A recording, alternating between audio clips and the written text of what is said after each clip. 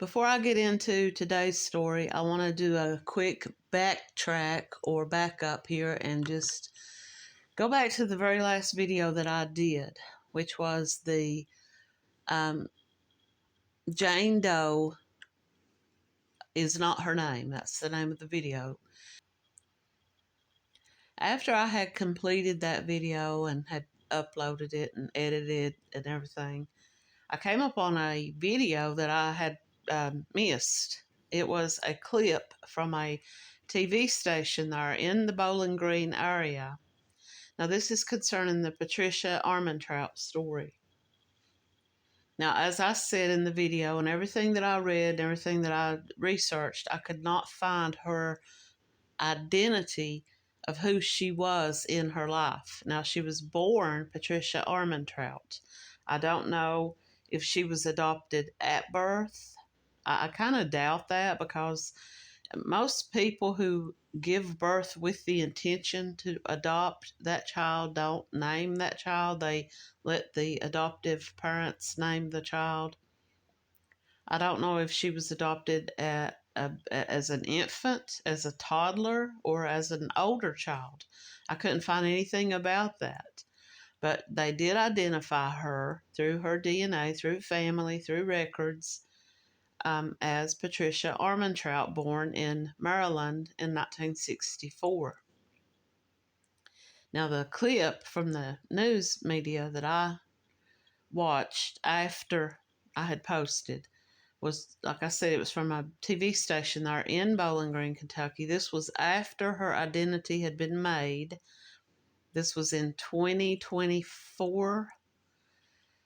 The detective who was working on that case said that once they got her identity and they found out who she was, and they started looking into her life and trying to find out how she came to be there, that they could find no police reports of her having ever been reported missing. So this takes me back to what I was talking about in that video. The only thing that a relative in another state told the police that this was who she was, and that she was last seen in West Virginia in the 1970s. This leaves me to wonder, was this girl a troubled person that the adoptive parents didn't want anything to do with? They just dismissed her from their lives, because she would have been around 18 when she died. According to the belief of the coroner and the forensics that was done on her body, on her remains, they believed her to have been dead for close to 2 years. And it's just so very sad. And the fact that the police and no one out there that I could find have released her true name of the name that she was given after her adoption, the identity that she carried with her, and the identity that people would have known her as in school, her friends, relatives, adoptive relatives would have known her by this adopted name. What is the reason that the police are sitting on that and not revealing that? Because somebody out there may remember having a conversation with her. Somebody out there may remember her and would have been able to say, she was troubled. She was going through something with her family. They dismissed her. I don't know. I just wanted to come back and say that. I just wanted to come back because that's how I'm feeling about that. Is that this young woman just ended up in Kentucky in a field 80 feet off of the highway. Some people speculate that she may have been hitchhiking and got hit by a car, and it could have been a hit and run, and that her bones may have been scattered by animals. I suppose that's possible. My own theory is that she may have met up with a truck driver. Basically, the redheaded murders were taking place during that time period in this location. This truck driver traveled around from like Nashville. He had victims in Nashville. He had victims in Indiana. He had victims possible victims of his were from Indiana, found in Knoxville, and Ohio, found in another state, Arkansas, and even West Virginia. There were one or two women who could possibly have been his victims, and this girl was supposedly last seen in West Virginia. So to me, it just kind of tied that together, even though there was no proof. And another thing I want to bring up is that someone in the comments asked me, they discovered who she was using DNA. Were they able to determine if there was any other DNA on her clothing or anything that was found with her? I couldn't find anything about that. I'm sure that the police, probably the Othram labs and the forensics in the medical examiner's office in Kentucky, looked for that. And if there was anything like that found, they did not release that information. So that was kind of just where her case stood, and I wanted to back up and tell that she had never been reported missing that the police could find. If she was still a juvenile, if she was still under the age of 18 when she went missing, and someone called the police and said, because this was the case with one of the redheaded murder victims, or suspected victims, Tracy Sue Walker. She was 15 years old when she went missing in Indiana. And her mother, she'd run away before. She'd had not exactly what you would call runaway, to the point that she never returned home, but just took off, didn't tell her mother where she was going. After a day or two, her mother would call around trying to find her. She had done this a couple of times before. So when her mother called the police to report that she hadn't been home and she didn't know where she was, they took it down and they wrote it down, and they just kind of was like, okay, let us know if you don't hear from her. But it was never filed as a missing person. So many years later, when her remains were found in the Knoxville, Tennessee area, and she was nothing more than a skeleton herself at that point, they looked into her as a missing person once they got her DNA and discovered who she was, and found that she had never been reported as a missing person through the proper channels. So I'm wondering if the same thing was true with this Patricia Armentrout. And maybe no one ever really filed it as a missing person. And that's not to say that nobody was looking for her, but it was just something that piqued my radar, and I wanted to come back and talk about that. And so today I'm going to do a story that is local to Eastern Kentucky. And this is a story about a woman named Lois Rogers Trent, bringing awareness to the great injustice of the murder of my grandmother, Lois. She was 82 years old, and when she was murdered on December the 12th, 2021. Since then, there have been no arrests made. She was murdered in her own home in Whitesburg, Kentucky, which is in Letcher County. She was a mother of 4, grandmother of 4, and a great-grandmother of 4. We were robbed of spending our years with her in her final years. She was in perfect health, and she would be here today had she not been murdered. I think this so often about my sweet Nanny. I understand at 82 she had lived a very full life, and she was healthy for her age. She was still very active and mobile. She could have lived another decade and died when God saw fit to call her home. Instead, she was taken from us by monsters. It seems that she has been very active. The granddaughter has been very active in getting her story out there as much as possible. Now, this is from a newspaper called the Mountain Eagle, and this was posted January the 3rd, 2024. Now, the Mountain Eagle is a newspaper in Letcher County, More than 2 years ago, after her sister was murdered, Ann Compton is still waiting for answers. Compton of Whitesburg said the family is still hoping someone out there knows who killed Lois Rogers Trent. Miss Trent was found dead in her home by her son, and the police have been tight-lipped about what happened. Mrs. Trent was recently widowed. Her husband, Jack Trent, was 82, and he had died 2 weeks before her after a long illness. Her parents were the late Alicia Rogers and Roxy Lorena Hughes Rogers. They ran the Rogers Cafe at the foot of College Hill in Whitesburg, and Lois worked there for many years. She was the oldest of 6 siblings. Lois Rogers Trent's son called 911 at 3:17 p.m. on Sunday, December the 12th, 2021. He reported he had found his mother lying in a pool of blood on the floor of her home at 80 Trent Drive. Sources say the Kentucky State Police arrived at the scene first and kept the area locked down, not allowing emergency personnel in the house. Well, they knew she was dead. I guess they're talking about like EMTs and ambulance workers. I guess they saw no reason really for them to come in since she was already deceased. While authorities have confirmed that she was murdered, they have not released any other details.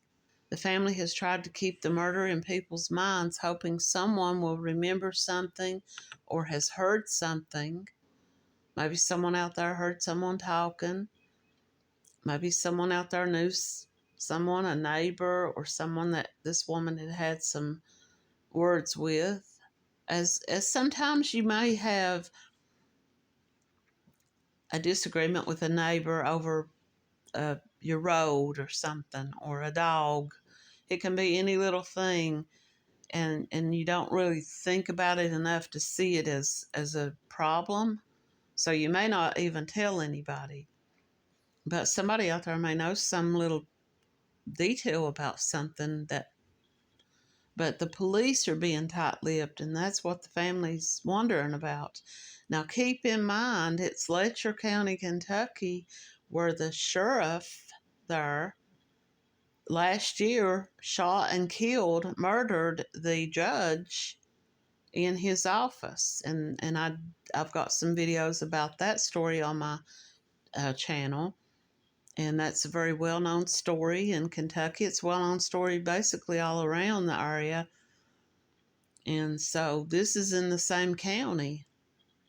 The only thing I know is that there is DNA, and that's the holdup. You always hear about them solving crimes from years ago, and sooner or later they will. But this seems to be the holdup. Now, here's something else that I want to bring up about this. If you are familiar with the Justice for Amber Spradlin story, Amber Spradlin was a young woman who was murdered, brutally stabbed to death in Floyd County, Kentucky. It's very close. Both of these cases, Amber Spradlin's case, so many people were like demanding, why hasn't there been an arrest? Why hasn't there been? Well, it's because the DNA and everything sent to the Kentucky medical examiner's office and the coroner and the crime lab for DNA analysis, I guess, was so extensive. They wanted to make sure they got it absolutely right. And it took a long time, and a lot of people were very upset about that. But I believe that they had started a petition to try to get funding and more funding to try to get the governor of Kentucky, Andy Beshear, to appoint more money to the crime labs. And they said that the governor wasn't the one responsible for that it was the legislative body of Kentucky. So they were encouraging people to reach out to their congressman to try to get more funding to the crime labs so that they could expedite some of these cases. So it could very well be possible that this is the holdup. It may not be that the police are trying to cover anything up or sit on anything, but that they are waiting as well. You know, they're waiting for this DNA to come back. We will never stop looking. We want to know who killed her. Whoever did this, don't think you'll get away with it, because we will never stop. This case is one of several unsolved murders in the county stretching back to the 1980s. But Compton said the killer thinks he's safe from the law, but he may get fooled. This is dated December 13th, 2021, so this was very soon after this murder occurred. On Sunday, Kentucky State Police said they responded to a call about an unresponsive woman in Whitesburg. Troopers found 82-year-old Lois Adams dead inside her home. Police said foul play is suspected and they have scheduled an autopsy. Just some stuff that her family is telling about her. She was a great woman. Whoever did this really stole something from her family. They stole from all of us. She was very active. She even went four-wheeling. She loved to be outdoors. She tried to keep her family together. She brought her family together. Small towns, small communities like Letcher County, there's always going to be talk. And I wonder what the talk is. Was she having problems with somebody? Police are investigating a suspicious death. Well, I don't like that. I don't like that term, suspicious death. It was a suspicious murder, and all murders are suspicious. And she was murdered, and the police say she was murdered. So, according to Kentucky State Police, the body of Lois Adams was found inside her home, and police say there was foul play.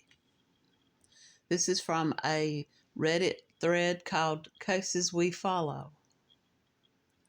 The most recent was Cowan in Letcher County, Kentucky in March of 2024, the third in a string of murders that occurred in the 27 months beginning December of 2021. The first of those was Lois Rogers Trent. Her son called 911 and reported he found his mother lying in a pool of blood on her floor in her home. When Kentucky State Police arrived, they locked down the area, not allowing anyone in.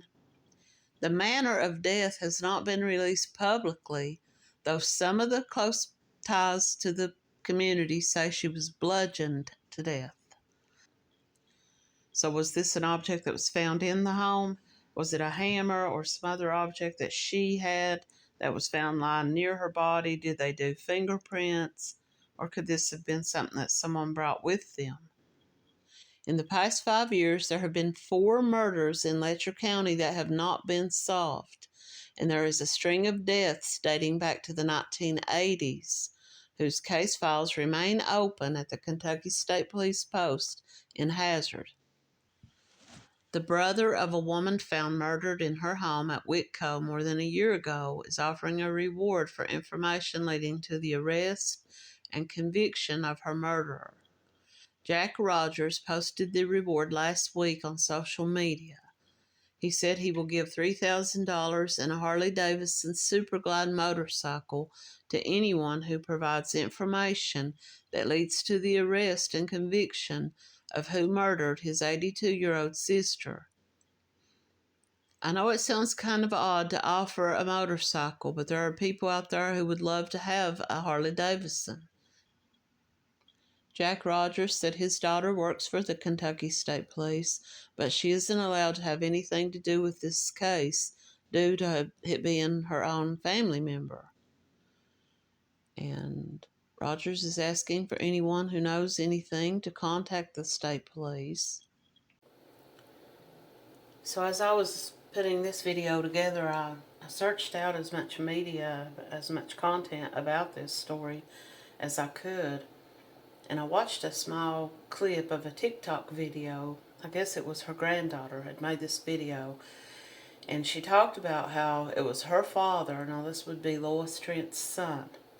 He'd been trying to get a hold of his mother, and he'd called several times and there was no answer. He called his sisters and asked, have you talked to her? And no one had heard from her or talked to her, which was unusual. And the granddaughter said that Lois was known to protect herself in her home. So no one was in the family was just going to go up and just walk in her house because they feared that she might mistake them for a prowler, a burglar, a stranger, and come out with her protection. And so he knocked on the door, and no one answered, and he was getting ready to leave. He was thinking she may have gone somewhere with someone, she may have been asleep, he didn't know what was going on, but he was getting ready to leave when he decided at the last second to peer into the garage window. And this is when he saw her car inside, and it was a red flag for him, and he decided that something's going on. So he his sisters came, and he went inside the house. He was the first one to go inside, and they walked through the house calling out for Miss Trent. And as they came into the room, they found her, and she'd been badly beaten. And the stories that you see posted and what the police say was that they didn't give a cause of death, but they said that you could see that it wasn't a quiet moment where someone just snuck up behind this woman and just struck her. That they had hired, after her body was removed and the police had come and done their, checked the house and everything, that they had hired someone to come in and clean the house and clean up the bloody crime scene. And she said that it was very violent, that what had happened had left clumps of hair, blood smears all throughout the house. Parts of this woman's skin was found, and this woman had put up a fight to be 82 years old. And so whoever had attacked her in a brutal fashion. And another little interesting thing that I learned from her video was that Jack Trent, he had only died 13 days prior to her death. Now, I had made some notes, but prior to watching this video, I had made some notes for myself. Who stood to gain from this man's death and this woman's death?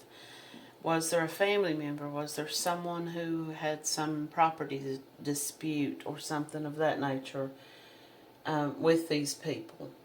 And I'd made these notes, and then I watched this video, and I kind of got the answer from that, is that she said that this man and woman, this Jack Trent and Lois Trent, were not legally married. They were what might be considered common law spouse. They'd been together, and they lived together, and they were in a basic marriage without the paperwork. And so she was not going to inherit anything from him. I don't know if the house that Lois Trent lived in belonged to her or if it belonged to him. So my question was, who was upset about that? And this is something that she kind of hinted to in her video, was that, the family somewhat has this belief that someone was upset. I'm still waiting to see if someone from the family contacts me. I've reached out to them, and hopefully I hear back, but if not, but it was just something that was a red flag for me prior to even hearing her video. In a quiet Kentucky town, the brutal murder of 82-year-old Lois Jean Rogers Trent shattered a family already mourning a recent loss. Miss Rogers' husband had died just days. Now they said it was 13 days. So he had only been dead a very brief time when she was brutally murdered in her home in Whitesburg, Kentucky on December 12th, 2021. Despite DNA and substantial evidence recovered from the crime scene, the coward who took Miss Lois's life remains unknown. They're still out there walking around. All these years have passed, 4 years now. Miss Lois's son Scott called and texted her throughout the day, but never received a reply. He didn't think this was unusual, knowing his mom was still in mourning, but around 3 p.m. he decided to drive to her house on Trent Road. When she didn't come to the door and he saw that her car was in the garage, he decided it was time to go inside.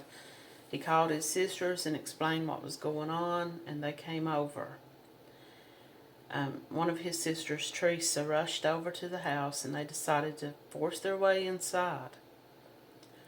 This is when Scott discovered his mother lying in a pool of blood on the living room floor. Someone had broken in and beaten her to death. Now, they said this was not a robbery. The police didn't consider this a robbery, and the only thing that they found missing was her cell phone, and I'm thinking maybe a house phone, but I can't be sure about that.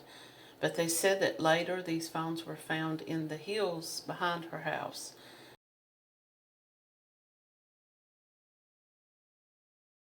They're wondering if that could be possible, that she might have still been alive, and they took the phones so that she wouldn't be able to contact anybody, call for help. Or it could be that whoever it was that killed her had been calling her prior to that.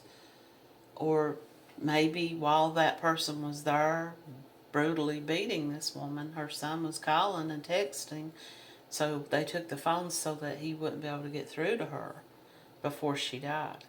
Or they may have waited for her to die, and they may have taken the phones to make it look like some type of robbery.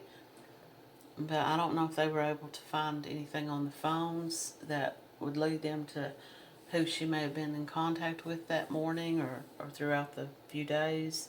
I'm sure a lot of people were calling her and texting her because of the death of this man. They were probably checking up on her.